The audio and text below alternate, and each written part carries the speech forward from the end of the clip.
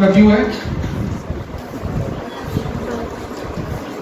માં ઉભાનો આદેશ સતપંચ છોડો લેખક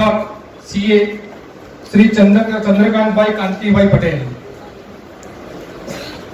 આપણા કેન્દ્રીય સમાજના હોદ્દેદાર છે ચંદ્રકાંતભાઈ મુંબઈમાં રહે છે સીએ છે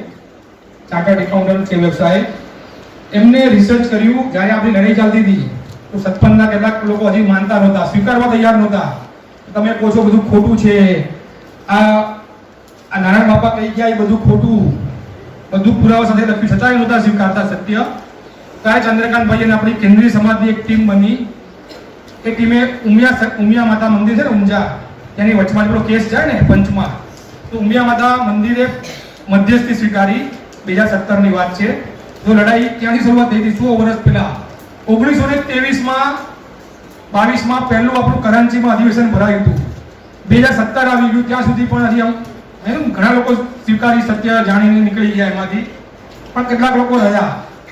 એ જે રહ્યા હતા જે લોકો એ લોકોને આપણે ભાવના એ હતી કે એ લોકો પણ છોડી દે ને આપણામાં આવી જાય ભેળવવાની વાત છે તોડવાની વાત નહોતી પરંતુ એ લોકો નહોતા માનતા તો ઉમિયા માતાના મંદિરની મધ્યસ્થામાં એક મીટિંગ ભરાણી ઉમિયા માતાના પંચ બેઠું અને બંને પક્ષો આવ્યા સનાતન વાળા અને સતપંચ વાળા એ અમે કોર્ટમાં જજ બેઠા હોય બંને પક્ષો દલીલો કરે